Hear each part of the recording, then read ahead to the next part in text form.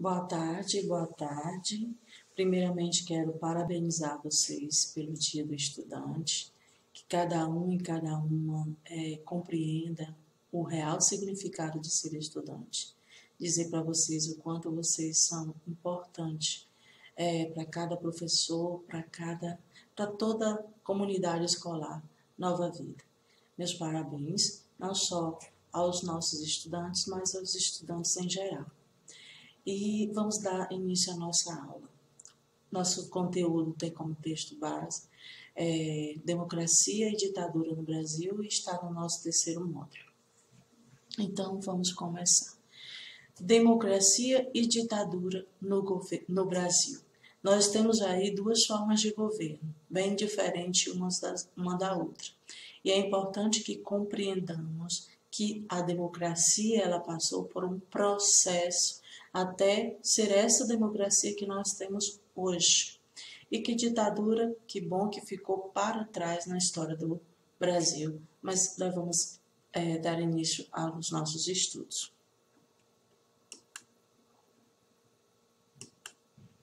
O retorno da democracia. Naquele momento, o Brasil saía de uma ditadura, vamos por assim dizer, Estado Novo, onde era um governo exercido por Getúlio Vargas, e naquele momento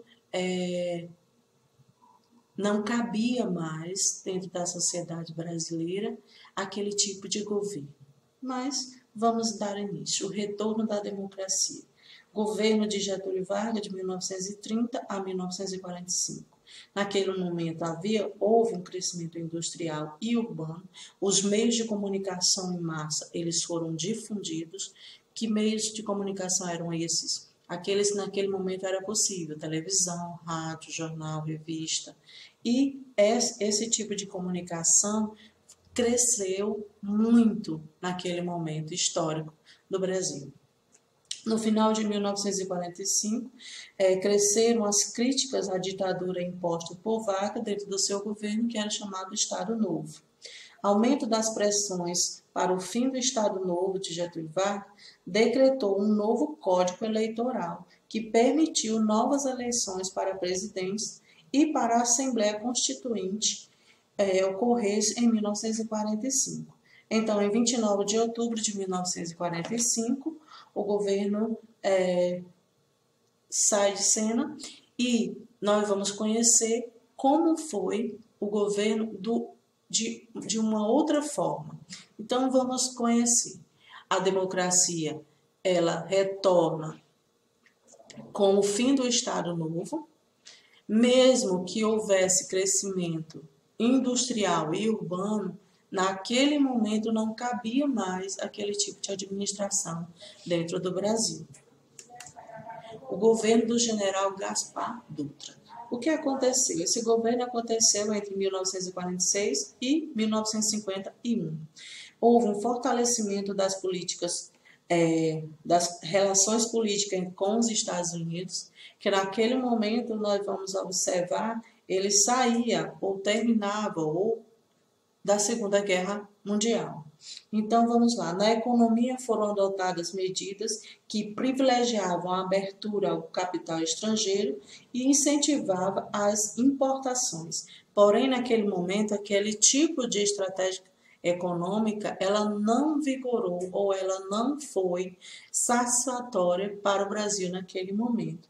E houve algumas discordâncias dentro do governo em relação à economia. O retorno de Getúlio Vargas ao poder.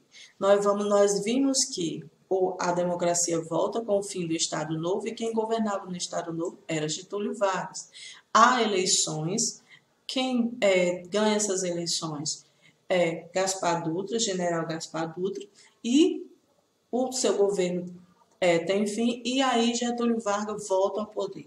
Getúlio Vargas volta ao poder, muito mais forte, entre aspas, vamos dizer assim, e assume um governo populista, onde ele vai embasar a sua administração com, vamos dizer, medidas populistas, para que agradasse a todos, entre aspas.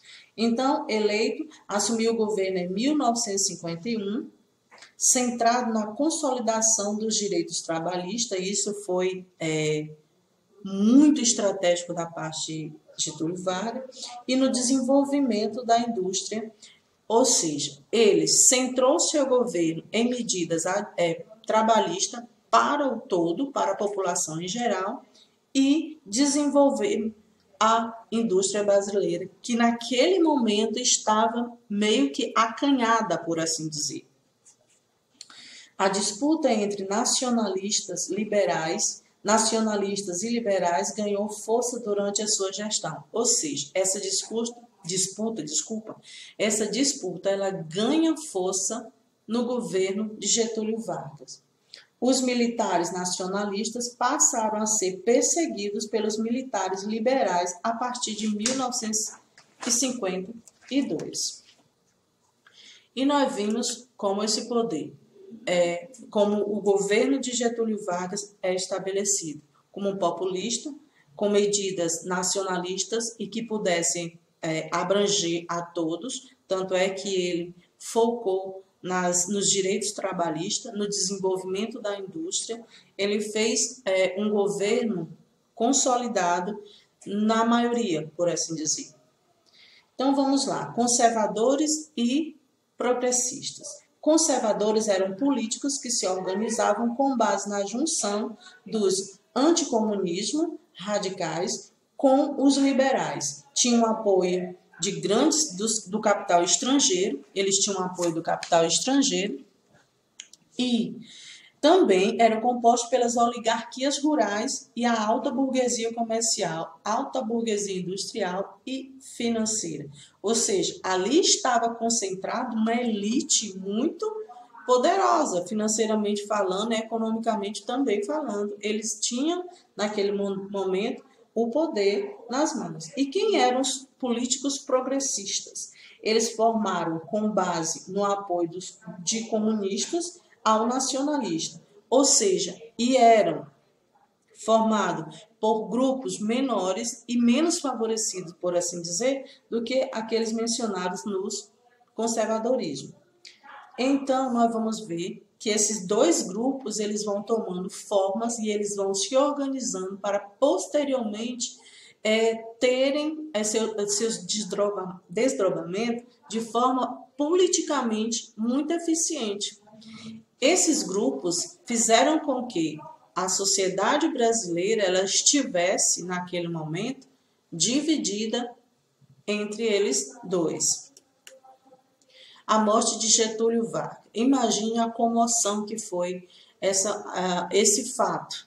Um governo extremamente populista, um governo que tomou medidas muito estratégicas para voltar ao governo e um governo que vai culminar com o suicídio. A morte de Getúlio Vargas. Durante o governo de Getúlio Vargas ampliou-se as políticas nacionalistas, como eu disse. Passou a sofrer, e por ampliar essas políticas nacionalistas, ele passou a sofrer severas críticas por sua posição nacionalista. Houve grande pressão dos militares brasileiros para que Getúlio Vargas renunciasse ao cargo. Coagido, Getúlio Vargas se suicidou na madrugada de 24 de agosto de 1954. E com a morte do governo do Getúlio Vargas, pôs fim àquele governo esse que foi instituído como populista, nacionalista, onde essas políticas e medidas nacionalistas provocou esses grupos anteriormente falados e ele pressionado, coagido por esses grupos, principalmente pelos militares, ele se suicidou-se na madrugada de 24 de agosto de 1954. Resumindo, nós vimos como o retorno da democracia aconteceu, vimos como essa democracia se estabeleceu e vimos como um governo que focou, entre aspas, as suas medidas ou centrou seu governo seu governo, em medidas nacionalistas, fez com que desagradassem grupos da sociedade que pressionou e eles se sentindo coagidos, acabou suicidando-se. E essa foi a nossa aula de hoje, que possamos fazer as nossas atividades com alegria, com êxito e até a próxima, turma!